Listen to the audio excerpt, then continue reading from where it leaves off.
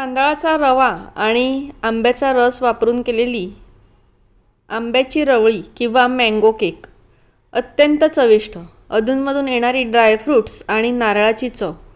ही recipe नक्की शेवटपर्यंत पहा। नमस्कार फ्रेंड्स, अर्पणा मात्री चॅनलवर तुमचे खूप खूप स्वागत आहे।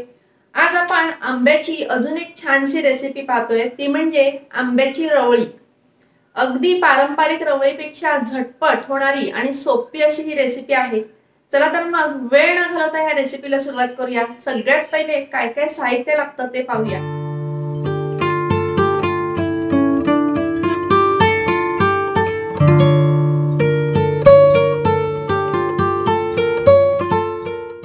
तर आंब्याची रवळी करण्यासाठी मी 1 वाटी इडली रवा घेतलेला आहे।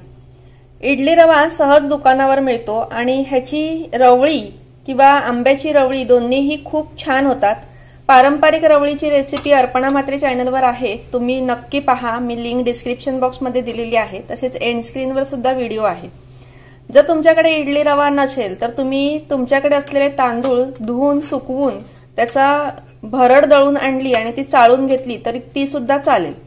त्याचबरोबर आपण 2 चमचे साधा रवा घेतलेला आहे, बारीक किंवा जाड कोणताही रवा चालेल। त्याचबरोबर मी 1 वाटी आंब्याचा रस घेतलेला आहे, अर्धी वाटी साखर घेतलेली आहे आणि 1 वाटी आपण दूध घेतलेला आहे। दूध आपण गरजेनुसार वापरणार आहोत। त्याचबरोबर मी ओला नारळ घेतलेला आहे अर्धी वाटी, आणि हा ओला नारळ मी मिक्सरला गरजेनुसार पाणी घालून अशा पद्धतीने बारीक वाटून घेतलेला आहे। त्याचबरोबर आपल्या ड्रायफ्रूटचे काप लागणार आहेत आणि अर्धा चमचा वेलची पूड घेतलेली आहे।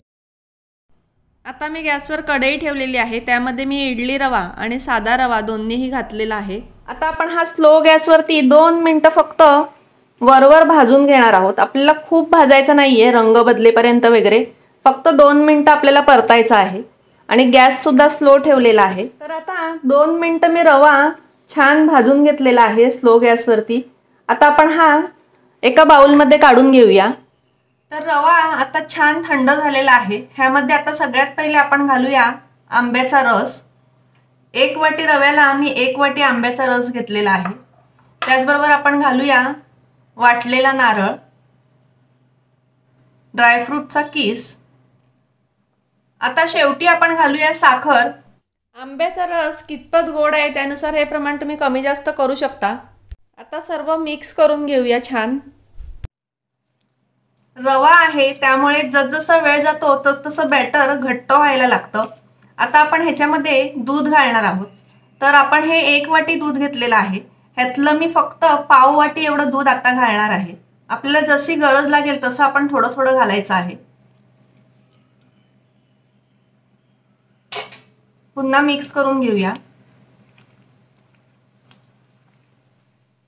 तर हे बघा, अशा पद्धतीने आपल्याला सरसरीत बॅटर करायचं आहे। जसं इडली बॅटर असतं ना, त्या पद्धतीने आपल्याला हे करायचं आहे। आंब्याचा रस वापरून तुम्ही कोणतीही रेसिपी करत असाल तर आंब्याचा रस हा हापूस आंब्याचा शक्यतो वापरा, म्हणजे रंग आणि चव खूप छान येते। आता आपण बॅटर छान मिक्स केलेला आहे।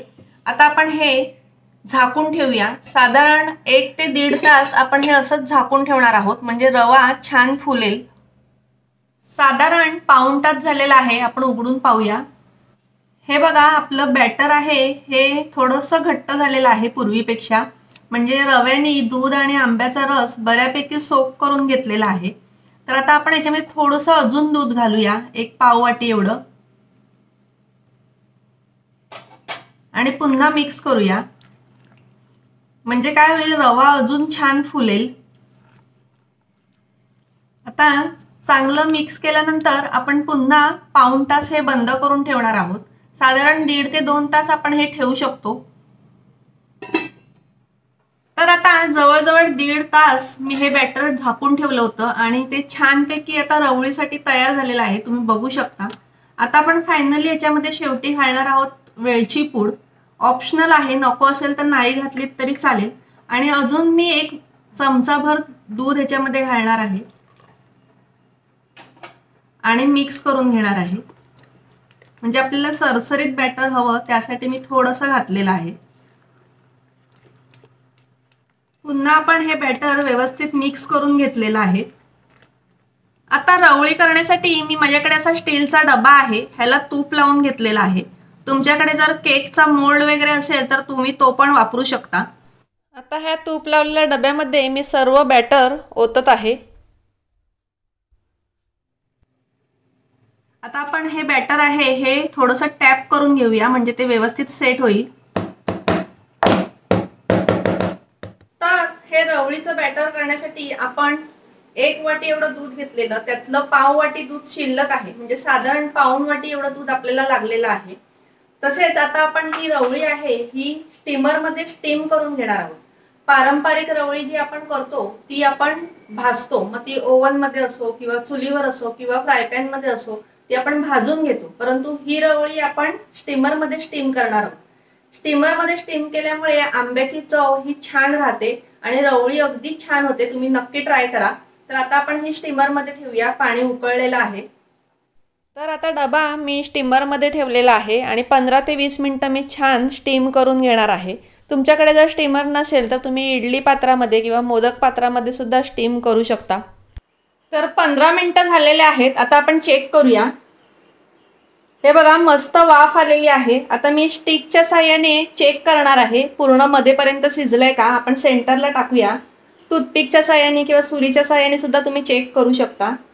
आणि हे बघा थोडंसं अजून चिकटतंय, हे बघा स्टिकला थोडंसं बॅटर चिकटलेलं आहे, तुम्ही बघू शकता, मी जवळून दाखवते। त्यामुळे मी आता अजून 5 मिनिटं हे ठेवणार आहे झाकून। तर चला अजून 5 मिनिटं झालेले आहेत, म्हणजे पूर्ण 20 मिनिटं आपण ही रवळी वाफवलेली आहे।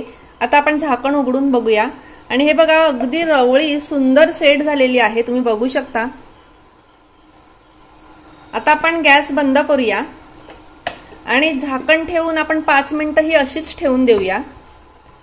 आणि 5 मिनिटांनंतर मी डबा स्टीमर मधून बाहेर काढणार आहे आणि ती रवळी पूर्ण थंड होऊन देणार आहे। तर ही बघा परफेक्ट अशी आपली रवळी तयार झालेली आहे आणि तुम्ही बघू शकता अगदी छान मोकळी झालेली आहे। हे बघा आता आपण ही प्लेट मध्ये काढून घेऊया। आता मी ह्या डब्यावरती प्लेट ठेवणार आहे आणि आपण आता हा डबा उलट करूया। डबा थोडासा टॅप करूया आणि अलगद उचलूया। हे बघा अगदी सुंदर अशी आपली आंब्याची रवळी किंवा मँगो केक तयार झालेला आहे। तुम्ही बघू शकता अगदी सगळ्या बाजूनी सुंदर असा तयार झालेला आहे, कुठेही तुटलेला नाहीये। ही रवळी किंवा हा मँगो केक तुम्ही मुलांच्या वाढदिवसाला सुद्धा करू शकता। अगदी हेल्दी आहे आणि चविष्ट आहे, मुलांना नक्की आवडेल। केक म्हणून करणार असाल तर मी दाखवते त्याप्रमाणे छान गुलाबाच्या पाकळ्यांनी आणि ड्रायफ्रुट्सनी डेकोरेट करा। मध्ये मी आंब्याचा एक गोळा ठेवलेला आहे आणि अगदी सुंदर असा आपला केक तयार झालेला आहे बघा। तुम्ही अगदी जवळून पाहू शकता की ह्या रवळीला किंवा ह्या केकला किती छान जाळी आलेली आहे। चला आता रवळी तुम्हाला मी कट करून दाखवते। अतिशय सॉफ्ट आणि स्पंजी अशी ही रवळी तयार होते। मी तुम्हाला केक सारखी कापून दाखवलेली आहे।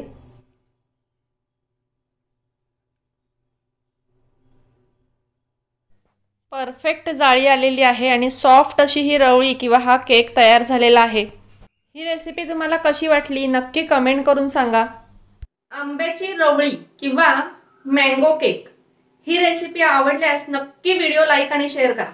तसेच तुम्ही अर्पणा मात्रे चॅनल पाहता परंतु जर सबस्क्राइब केलं नसेल तर सबस्क्राइब करा। बाजूला बेल आयकॉन असते ती सुद्धा नक्की प्रेस करा, म्हणजे माझ्या सर्व नवीन व्हिडिओचे नोटिफिकेशन तुम्हाला लगेच मिळेल।